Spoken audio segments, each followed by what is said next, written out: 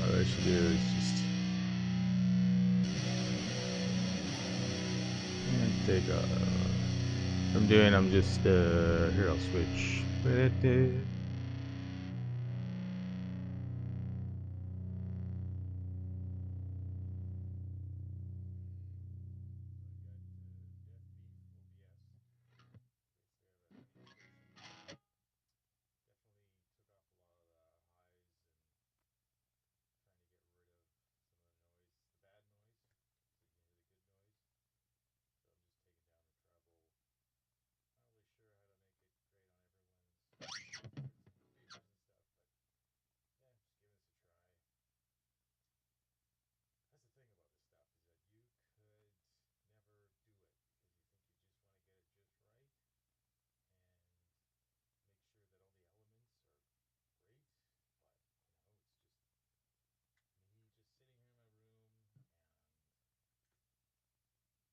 Go back here. There you go.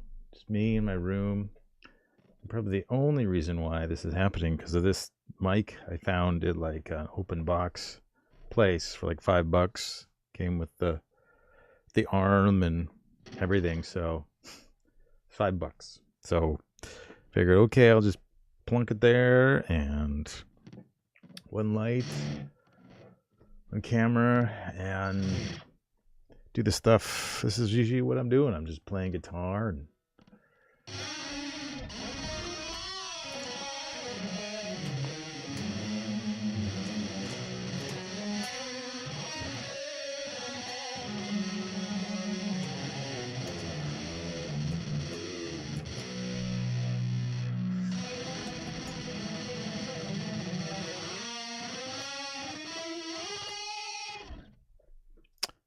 since talking about the idea of, doing multiple things is what usually people do when they make these videos. They're trying to handle different responsibilities of lighting and sound and what's on the screen and blocking out all the crap, which isn't behind me in a nice blue haze. A big shelf full of stuff and things and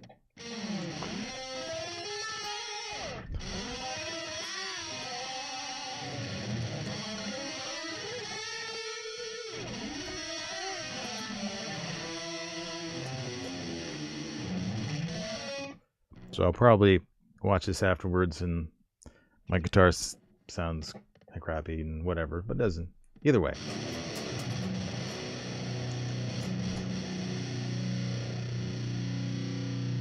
That's the thing. It's tricky. I'm in drop B, so it's the guitar is okay set up, and so it doesn't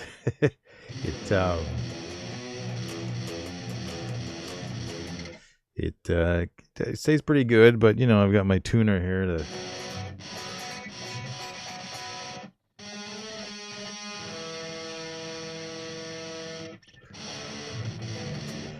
meant for making heavy, beefy noise, so, it doesn't have to be beautiful and perfectly in tune. That's a good point, actually. Being in tune. Level guitar is way less than mic. Okay, I'll raise it then. See what happens.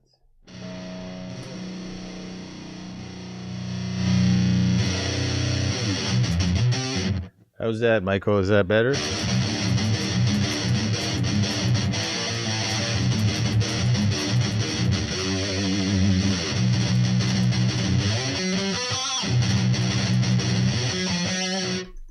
I'll do one more thing here. I think I was playing with the mic.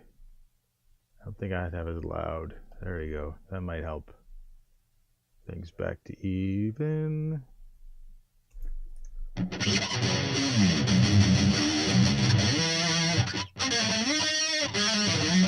So mentioning tuning, that kind of puts into my head the idea of wanting everything to be in tune. So just not with instruments, not with singing, but like yourself, you think you always have to be doing things the right way or doing things a certain way to feel like you're getting success. And that's something that, oh man, my whole life, perfectionism. I think that's the in tune version for your mind, perfectionism, that you have to always be doing it as best as you possibly can all the time. And if you don't get it exactly the way you think you're going to get it, then you're like, then you see it as a failure. And so I did that all my life, and it took me 49 years and a lot of other work and getting help from a lot of other people. So staying in tune is not the only way. And that relates to guitar too, or any instrument. You can put it out of tune and then just play around with it. I mean, I can just take, there you go. Ooh.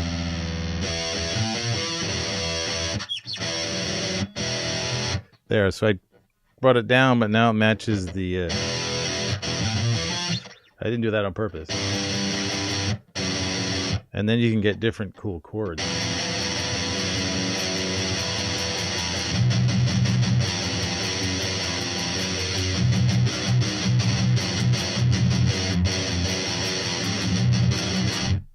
Oh, Mike, yeah, I've got,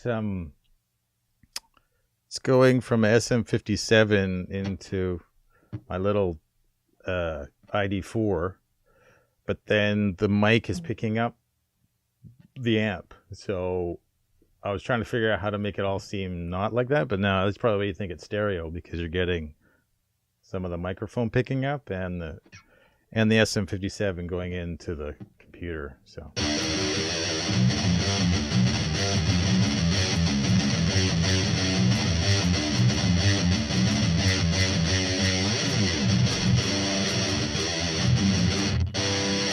cool, see? Now I'll just do, so I just took the A string, which, or whatever you want to call it. I guess it's F now. I don't know. I learned very little, as much as I can, about music theory, and it was, I've been playing for like 20 years, but only in the past 4 or 5 have I cared about what exact tuning I like to tune my guitars in. Because when I was young, I just made it as low as I could. So that was my only guide was just making as low. So, because I listened to all the death metal in the 90s, late 80s. So Carcass, a lot of other bands were just drop tuning. The thrash bands weren't doing as much. I was, started on thrash, and then I went to death metal, and then everything else. I've listened to all metal all my life, and so I like the idea of having low tunings. The strings are like 60. I think it's 60 to 11. So that's your gauge. So it sounds deeper. And I play pretty hard, so I think the heavier gauge works for me that way.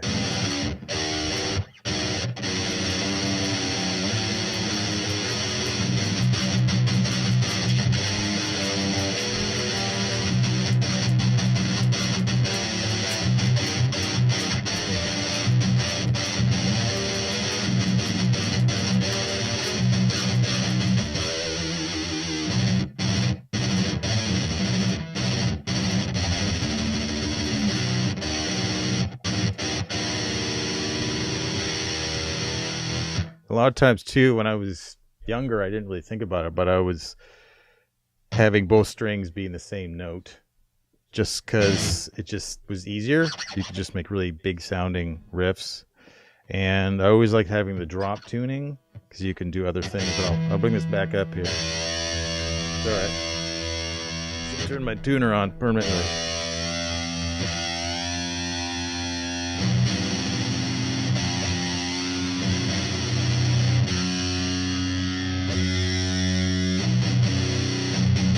There you go. So what I always loved was having the low string open. Made it sound bigger, fuller, and when you play this higher up. So I'm playing the octaves here on the second and fourth string, but when you add in the low. Yes, totally like Sun. Yeah. Yeah, my favorite is Yob. Yob, those are the... And they do like the big chords, really cool ones like that.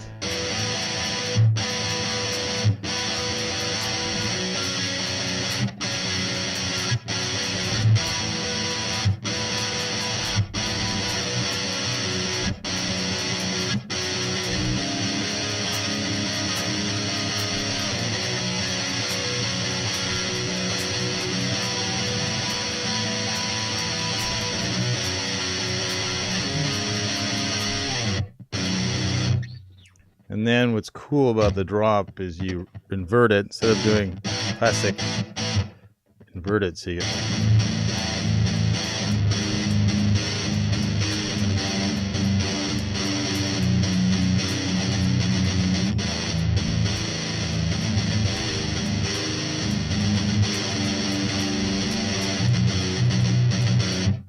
You can even extend it here.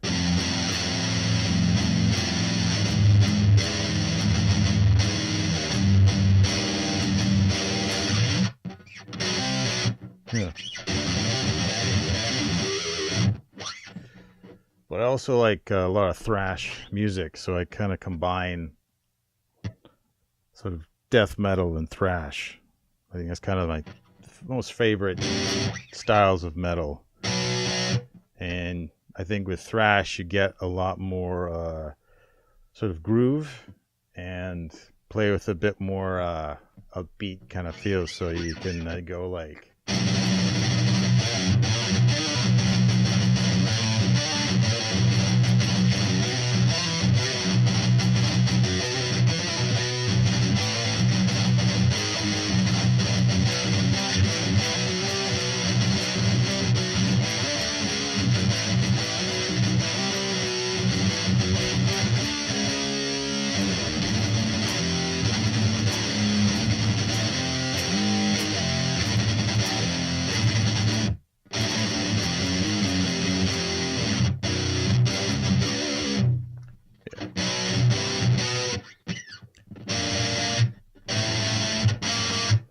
The other thing I do a lot is I try to just do as biggest shape of chord I could do, and sometimes kind of push your hands to kind of be in hurt positions, just trying to see if it's worth doing that weird kind of chord.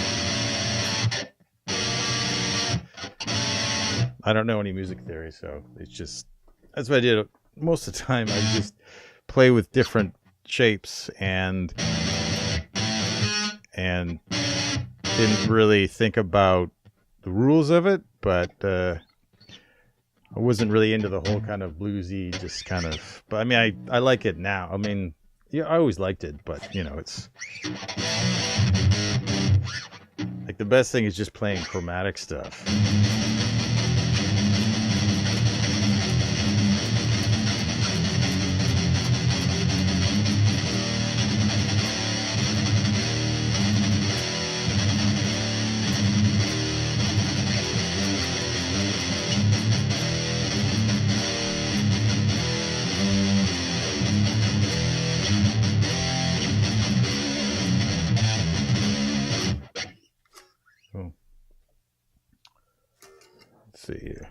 Doo-doo-doo.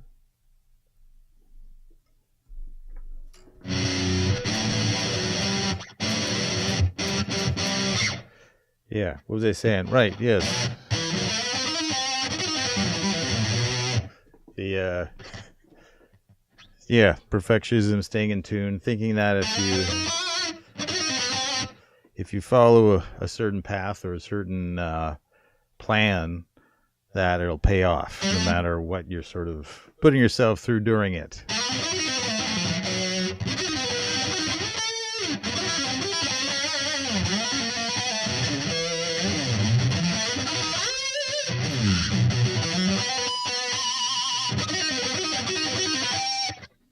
Yeah, they're EMGs. Yeah, the classic, I don't know, 81, 85s, I guess.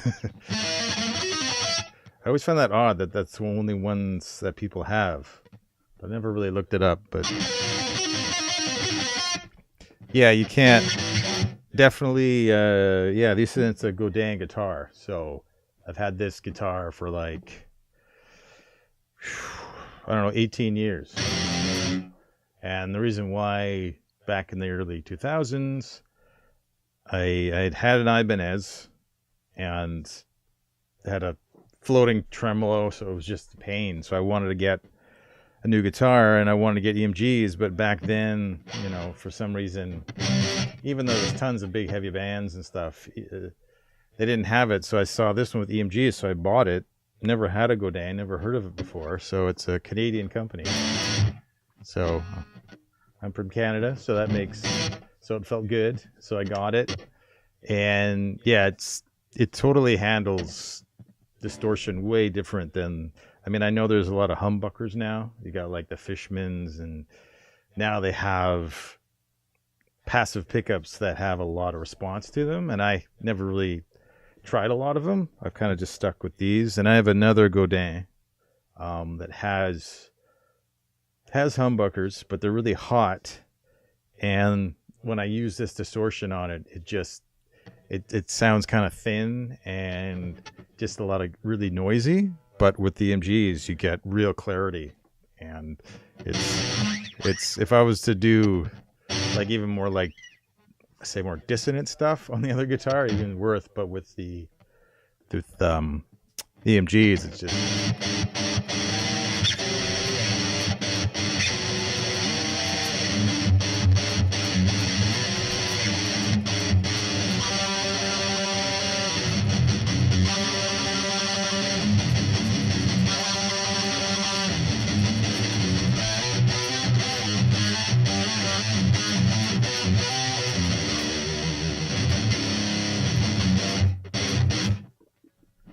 And Michael, what guitars do you have?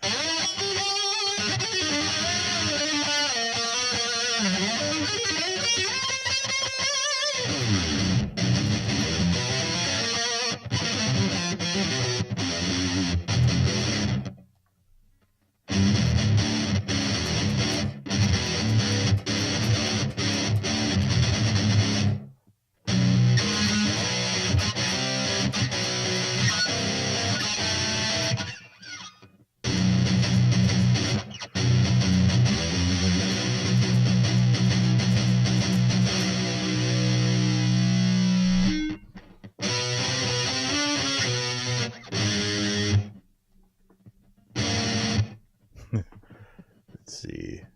Oh, really cool.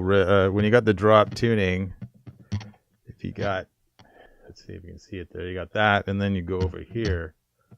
So you got this kind of, I don't know, triangle pattern. That's how I always see it.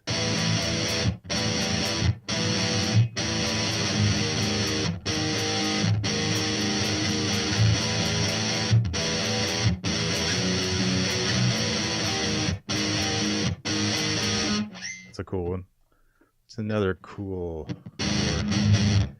Let's see. Oh, I love another thing when you got the open string. It's just playing up and down with the second string.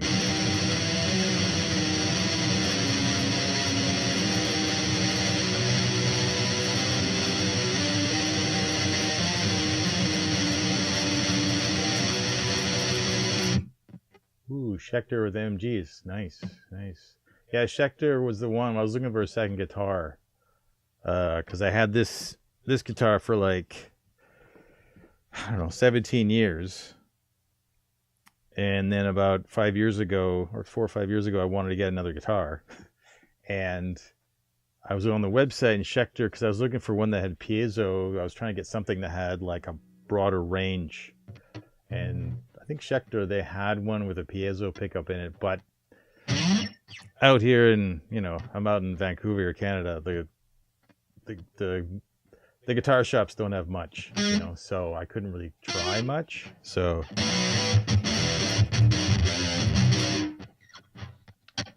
and a Les Paul, nice, Adam Jones, and a Kramer Ibanez.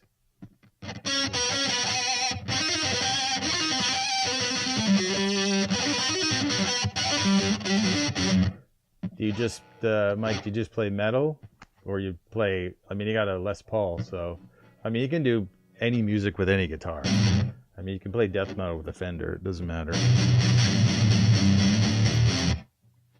Sustainiac, which was fun for a while, but not really. So you mentioned the Sustainiac. So I've been using this. You can tell. Ebo. And I've had this for like decades.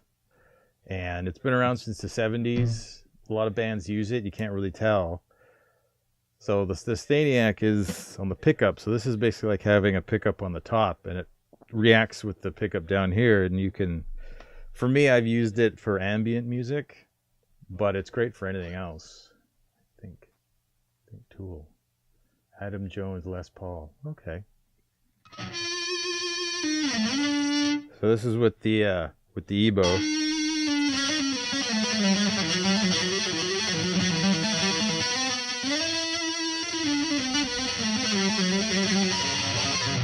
Okay, so it has two different settings.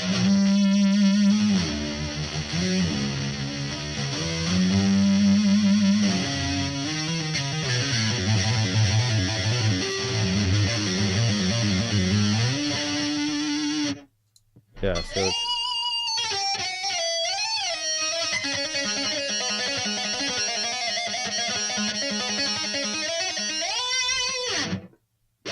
so what I do have, not on this one, my other guitar, I usually use the Ebo on that, and I have Velcro on the strap, and then I put some Velcro on here so I can just stick it. So that way I don't have to have a guitar with this Sustainiac. And the cool thing is, I mean, I haven't used the Sustainiac guitar with the pickup, but with this you can do like here, I'll put it, see, I had that on the bridge pickup, but if you put it on the neck pickup where it's like right above it, you can get some really aggressive tones. And if I turn the tone knob off, it's not as aggressive.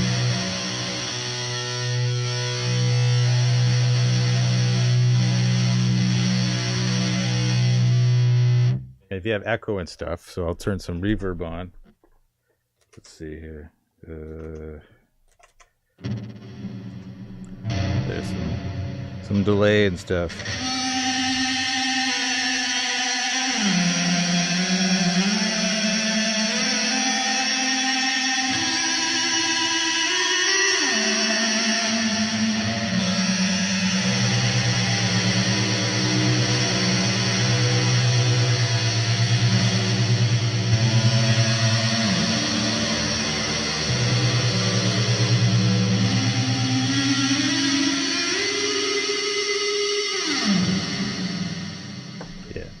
So I like how you can, if Ebo touches the string, then I get another response, and if I use a different sound, then it just creates so much more interesting sonic capabilities, as they say. Yeah. Or if you do, see, I got. Do like a pitch shift thing on here. This is really cool. I think so, anyways.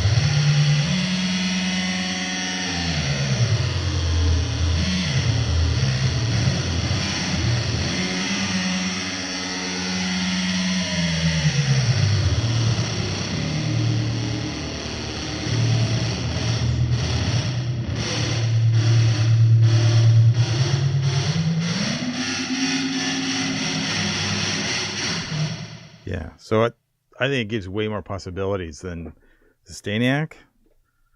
So, but I've never used one, so I don't, because it's a Staniac, you can't, I don't know if you can, yeah. I just like it because there's just so many things. And she plays, I think she plays with Iggy Pop, I think. But she was doing ambient stuff, and I thought it was cool because she has multiple of these, and she put a guitar down and just rested on there, so it would just sort of be a drone, and then she would use the guitar. So that was cool. But I do have two because, I don't want to be without one, and they've gone up in price quite a lot, but it's worth it. Reverse reverb. Fair enough. Okay, let's go into here then.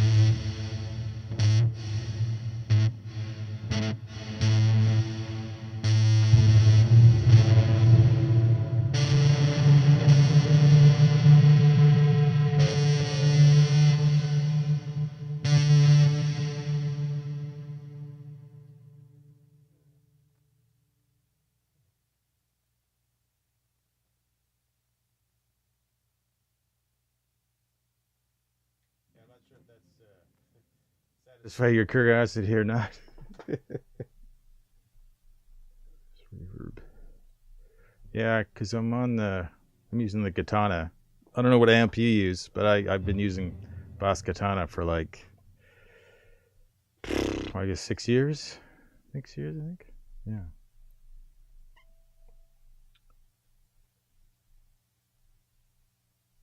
Oh, you do? Well, that's cool. Is that why you noticed me, or just fluke that we both got katanas? Okay. Yeah, I have the Katana 2, the 100 watt. So I have played the 3 that came out. Definitely has a lot. Definitely, they really did a good job of simulating tube sound on it. But I love this thing because I got tons of sounds. So I'll show you my library. Here, I'll go back here. This is the library of my sounds. So I definitely like to play around and tweak and come up with new sounds all the time and grab old ones and play with them. And it's hard coming up with names, but it's a lot of fun. Some people can be overwhelmed by it, but I just love pushing the settings as far as I can all the way and seeing what happens. I have two, and you have two of them. See, now I'm jealous. Yeah, I can't afford to get two. Although it's crazy the price of them, but sweet. Yeah, it's definitely something I'd want to get for sure. Oh, the mic cuts out. Oh, interesting. How do I change that? Mic cuts out. Wonder why that is. Oh, so the mic cuts out when I go to the other screen. Well, how about this? This probably is this fine like that? Renew a full screen. Yeah, your mic cuts out. Okay. Well, guess I'll have to figure that out, the audio issue for future. Thank you for telling me. I don't know what I have to do to, there's a lot of, I'm using OBS to do the streaming, so I'm sure there's some way to deal with it. Yeah, so if I go to, because I'm just switching between the OBS app and the Boss Katana software. So I go here in Boss Katana, but I'm not switching the screen. So you can see me in the corner there. I'm kind of scrolling. So I'm assuming you can still hear me when I'm doing this. Like if I'm doing this stuff. So it's always something. Yes, it's always something. Yeah. Well, like I said before, like I've tried to do video stuff for years. I mean, I've been doing computers since the 80s. So the pressure for artists to use computers and the internet, I tell you, it's been a lifelong pain in the ass to do something with it. Yeah. So, I mean, I could just do this. I could do that and then fool around with it. I guess that's one option. I don't know. Could cover my face, which I'm sure is not a big deal. It's a bit harder to see. I could do that and then go here, and then I guess you could still hear me? I don't know. I'll figure it out.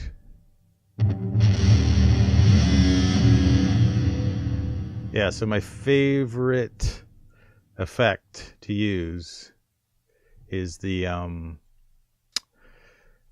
pitch shifting. It's the best thing. Software developed 50 years, retired now. Oh, wow.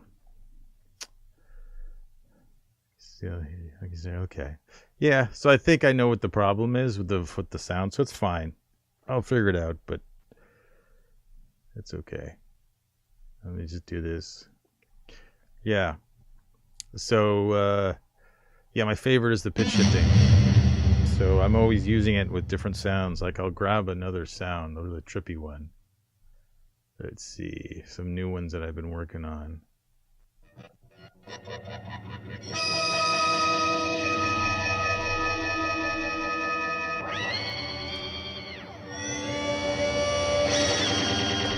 There's one there. I think that's, yeah, pitch shifter. And I've got echo on there, and got some reverb and some delay going on. And I've also been digging into the EQs. And it's great now, the updates they did for the software, you get multiple EQs.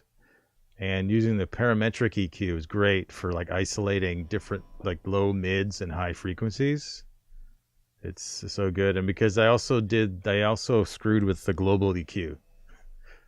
I know a lot of people didn't want to do that, but you go into the system and I've set the global EQ so that I got rid of some of the highs that you get from the gain. You can get like digital gain from it, and so I just kind of trim that off. And then you've got 3 different of the just the tone shape too. So you can have all the tone shape stuff inside when you're playing with your parameters and the system too. So, and I don't know about you, but I've been saving all my sounds and backups for the tone on my cloud, because it's funny, I could lose like all kinds of stuff in my computer, but if I lose these tweaking sounds that I had, then I'd be screwed. But they're on the cloud, so my computer recently died, so I had to get a new computer, but I just grabbed it all from the cloud, and so it's good. Yeah, and I just back it up when I go in the library. You can write here in the corner. Here, I'll do this. Cover my face. You can write when you're bringing them on to the amp part on the panel side over here, or if you want to import or export. And usually what I'll do is you can click here, and then you just grab, these are the live sets with all the sounds in here, and then you just bring them all up into the cloud. And usually what I do too is because you can only have up to I think 15 patches per live set. So sometimes I'll be adding, and then I'll export it, and then I add some more, so I export it again, and it just overrides the list and updates it. So it's a bit of it's not the best way. Like, I hate how you make a sound, you have to store it on your amp, and then you drag it over onto here. I wish they could change it so you could just make the sound, put it in the live set, and not bring it over here. So you always have to be paying attention to what sounds you have on your amp, and that these updated ones you have in your list. Because there are times where I've playing around with the sound, tweaking it in the amp, and then I don't remember to back it up in a list, and then I put something else on top, and then that's gone. Because basically when you turn the amp off, it just reverts to what you had before. So, but it's good to lose stuff. I mean, it's the best thing you could learn as a creative person, is to ruin things, to forget things, to have stuff get lost, whether it be in the computer or when you're making stuff anywhere else. So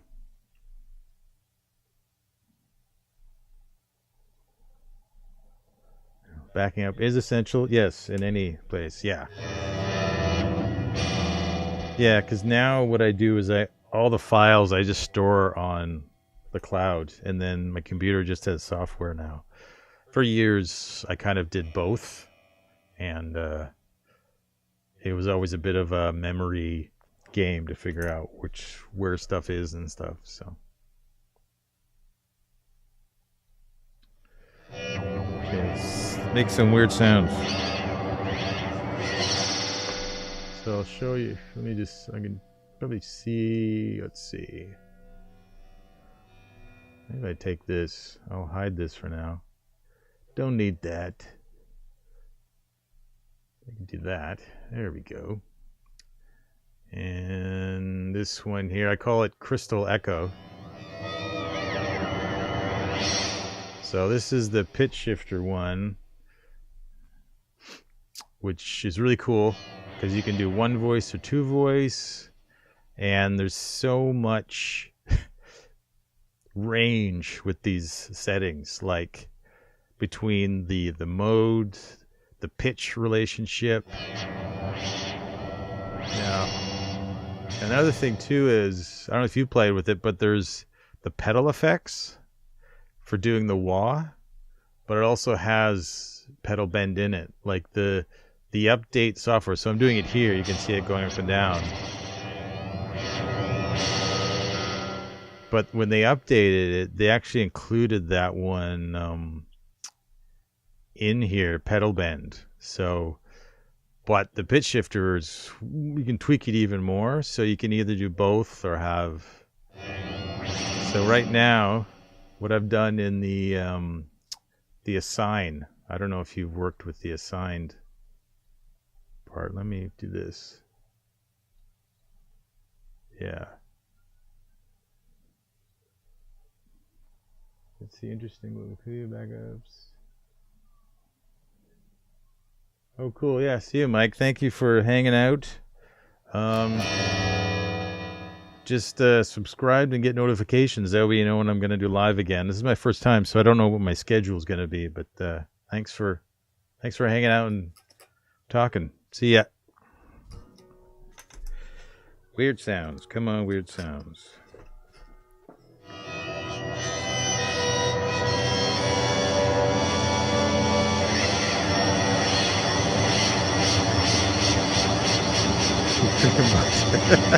You too, sir.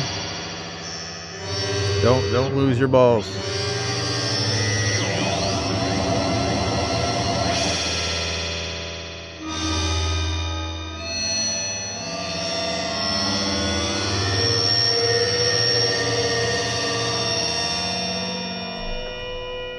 Okay.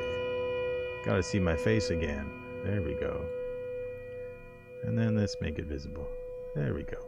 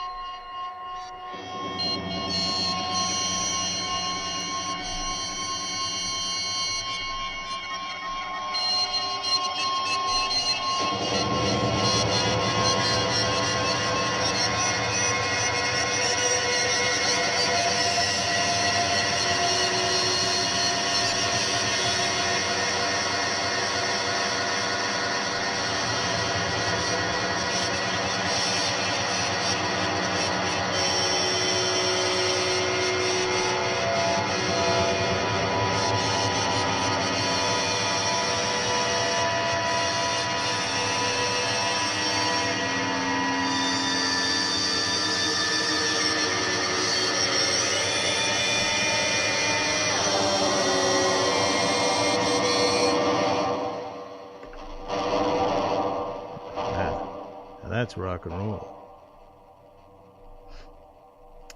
Okay, so let's go back, pick another one.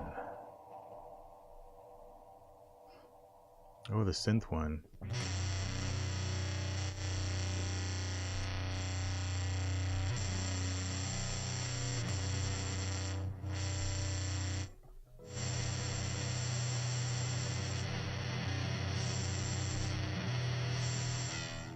I've got to work on that one. Let's see.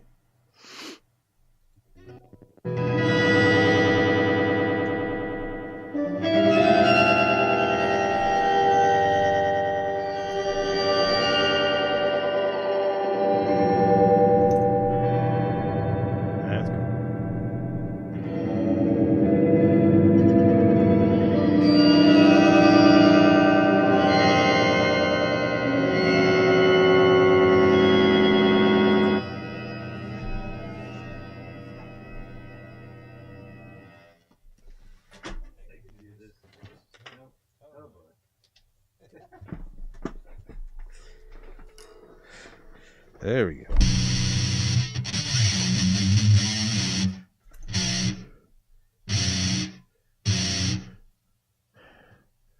Oops. Here we go.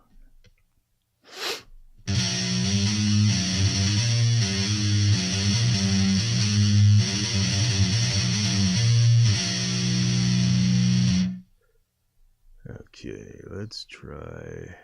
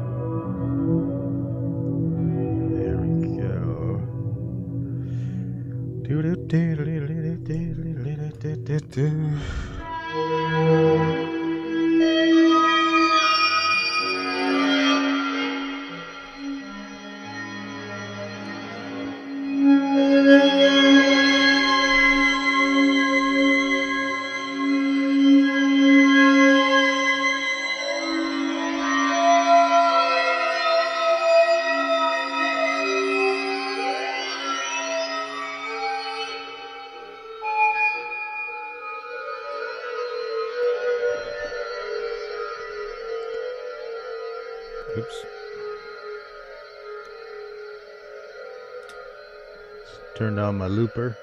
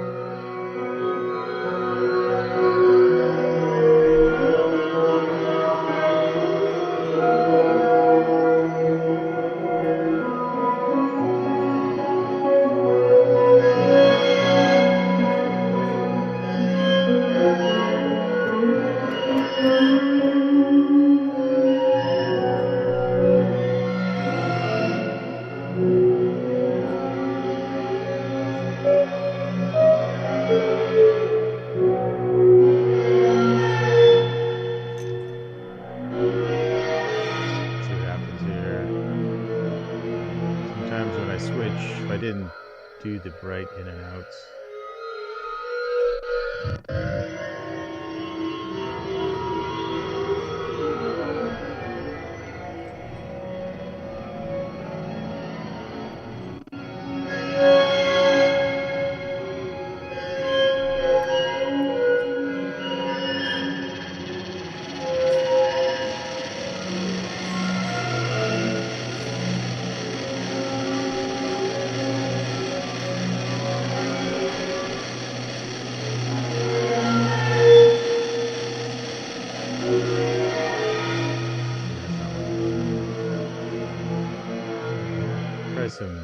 infinite sadness.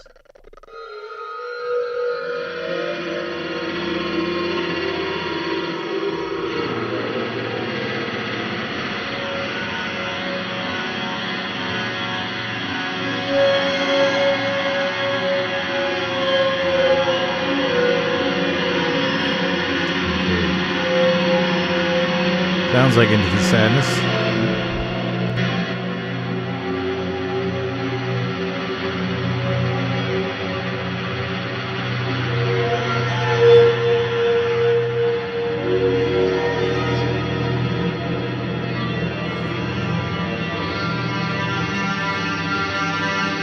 There you go.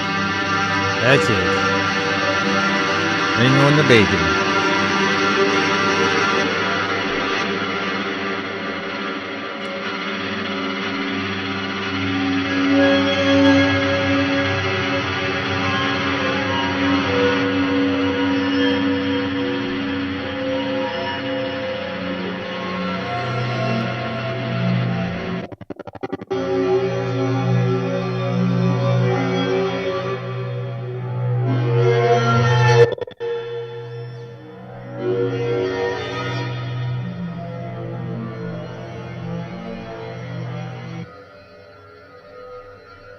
Okay. That's my fault. That's okay. Okay, let's try.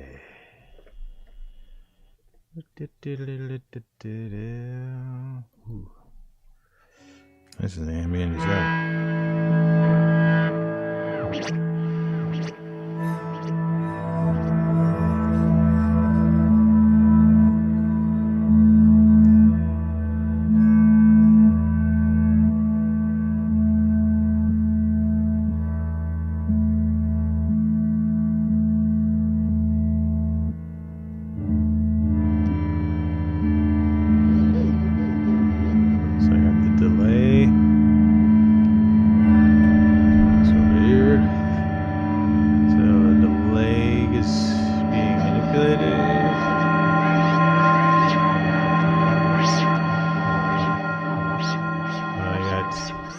Feedback being triggered. So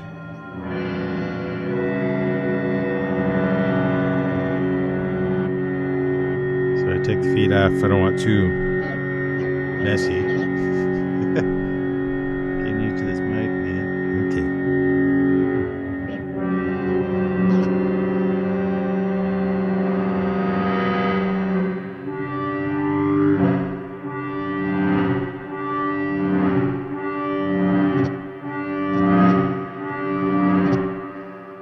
Pitch shift. That's why Steve Vai went all, so-called digital, kind of, not really, but yes, he went through all those little modules, but he's still on his pedal board. He's got a wah and he's got a pitch shift. Very expressive. It's like having a melody, you're able to sing, able to create a lot more feel, and then you can also just get so much more of an interesting performance out of it too.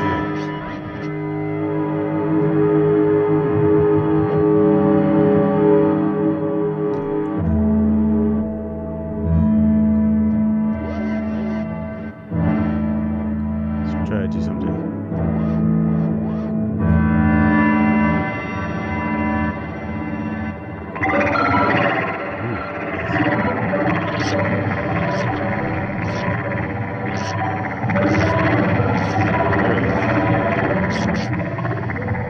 So what I do, just played around with the phaser, which is great too. Regular phaser. I know there's two phasers. Is there? Yes. Yeah, there's phaser 90E, and there's phaser, just phaser. But within phaser, you got these 4 stages and a bypass. Don't know what it all means, but that's what happens. And then this here is so much depth, rate.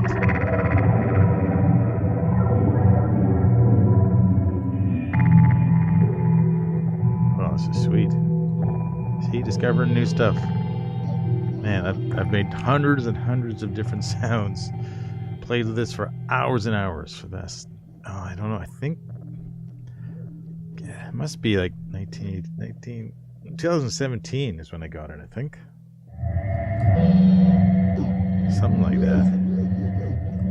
17, yeah. 6-7 years, so.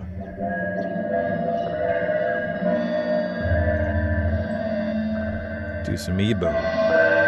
When in doubt, use the EBO. That's what I say.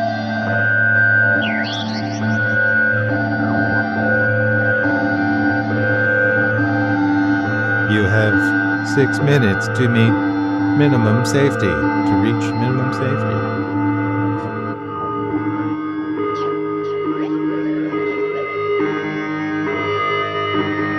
Oh wow, it's the BBC on dope. Not BBC, the British cops on dope. I think I'm on dope.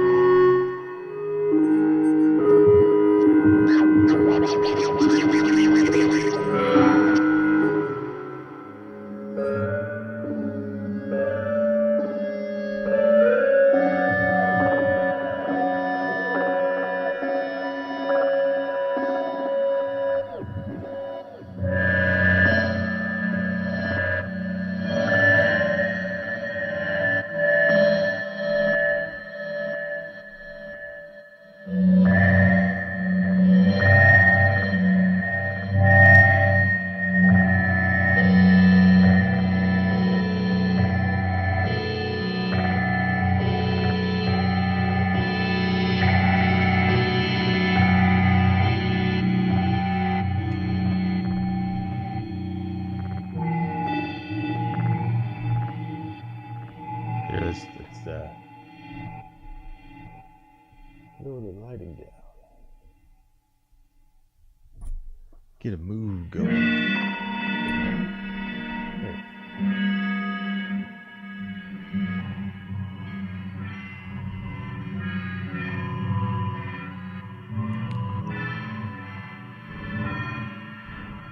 So what I was talking about earlier was the perfectionism that I had. Yeah, perfectionism. And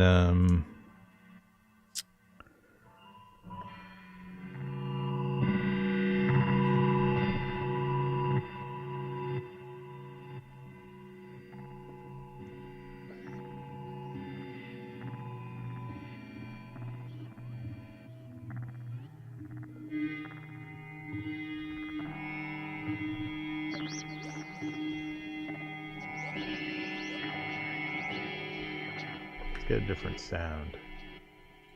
I'm not feeling this one.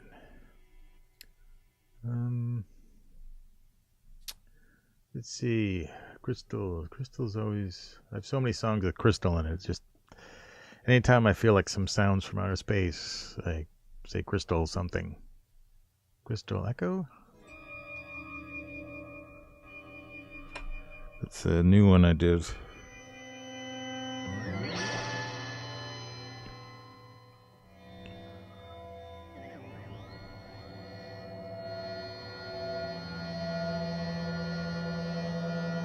So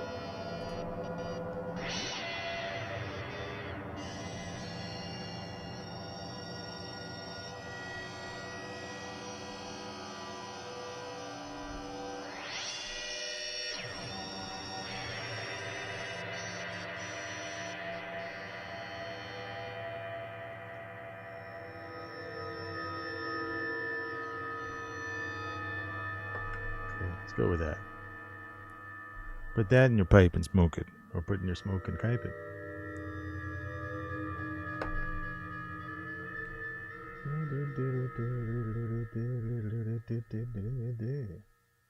There we go.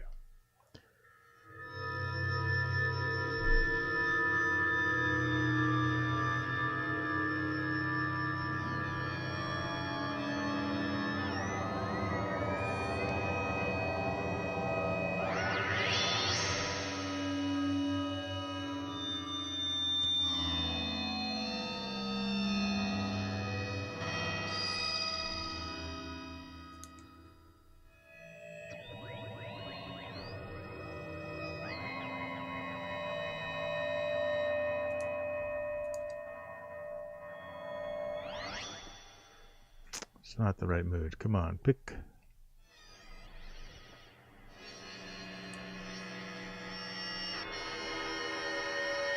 Let's see.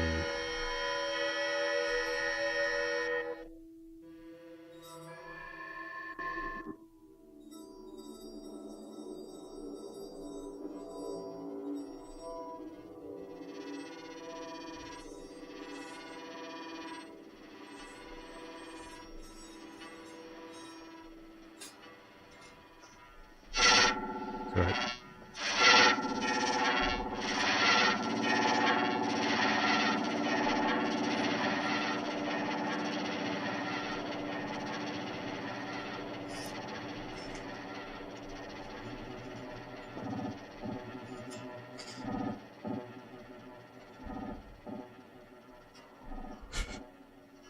Talk about perfectionism.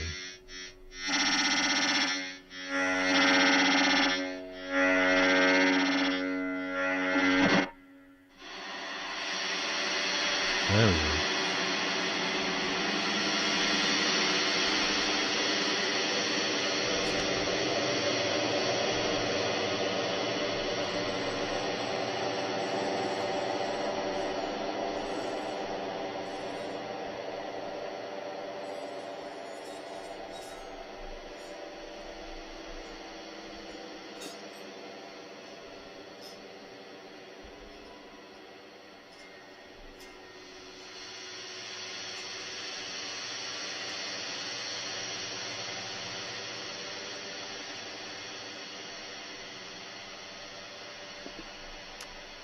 Let's see.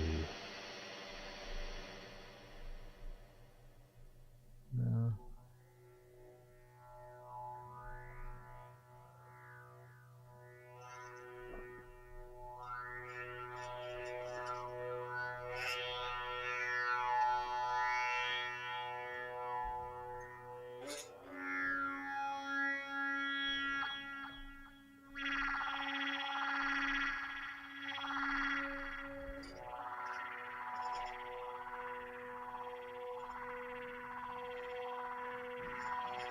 Okay, perfectionism.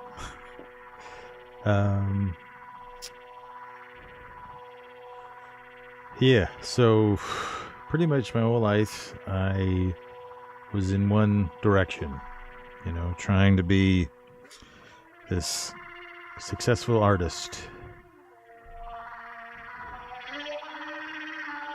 And in painting, that's kind of where my main focus was as a creative, was making paintings. And pretty much did that intermittently, you know, as you're a teenager, I mean, I did it a lot, and then in my 20s, was working on here, did a few here and there, but you know, you kind of get a job and all that kind of stuff, and did some shows here and there. You know, you do some backyard shows, you do you know, sort of community rec center galleries, and so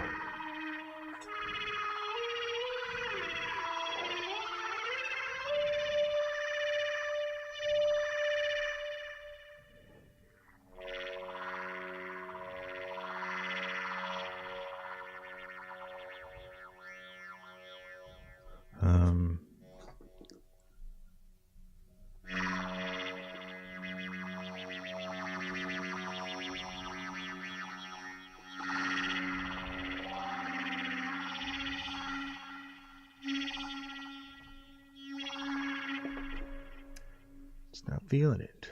Gotta find something that kind of just alien scream. I don't think so. It was right.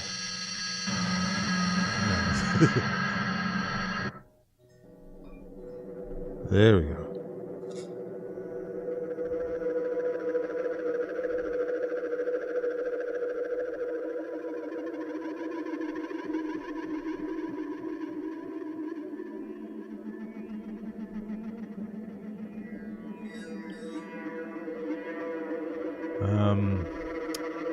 Yeah.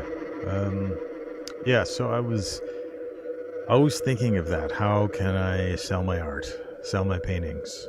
And that was pretty much all I thought about, really. Meanwhile, having a job, having somewhat of a social life, as much as I could handle, which wasn't very much.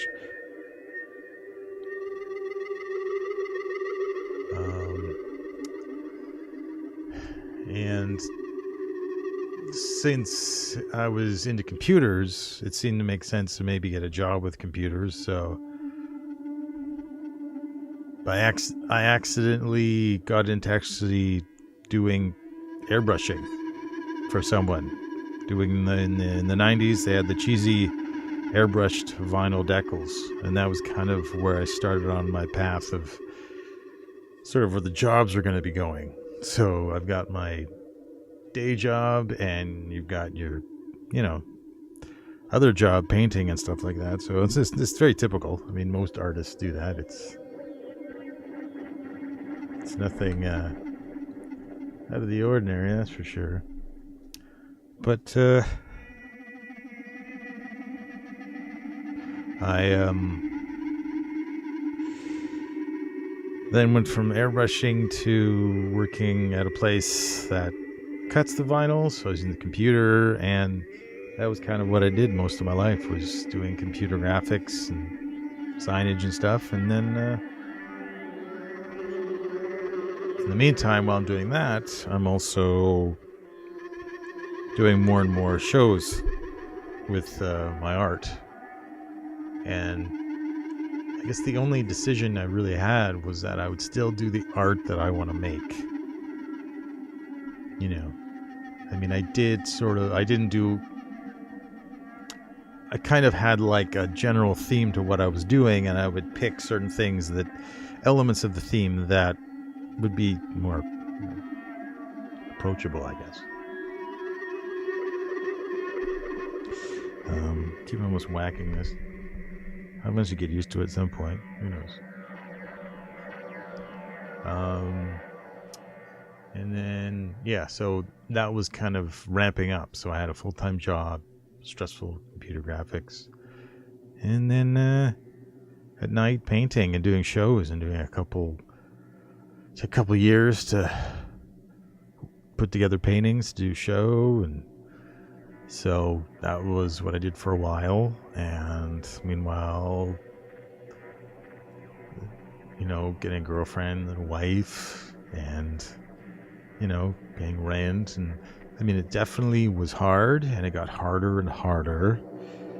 And since when I'd have my shows, I would sell a few paintings, and was able to buy a used car that I still have today, so that's a good thing. But I definitely couldn't make a living off of it, so I had to have the day job and barely get by with that. So and I guess because it was such a typical scenario, like it's so typical, that I just thought I could just hack it, keep doing it, and got to the point where like every few months I would just be like thinking to myself, I can't do this anymore. Like, I can't keep doing a job I don't really like, and also making art and thinking and seeing if it'll go anywhere. So I think a lot of it is about the expectations and having these little, you try not to think like, I hope this works. You just say, well, if I sell, I sell. I don't. But over time, that gets harder, and you feel that kind of disappointment of not selling much and packing up your stuff and then bringing it back, and then all this time and momentum up to this small little point of time where you got to sell. It's not healthy. It's not healthy, and the art world is designed like that. Most arts is designed like that.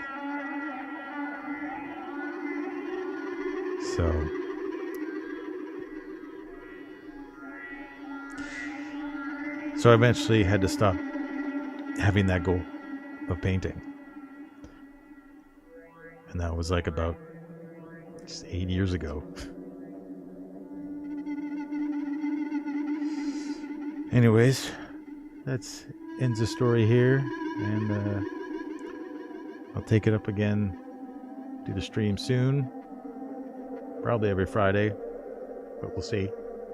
Anyways, subscribe and hit the notifications so I'll let you know when I'm streaming again. I'll say goodbye on this wacky sound.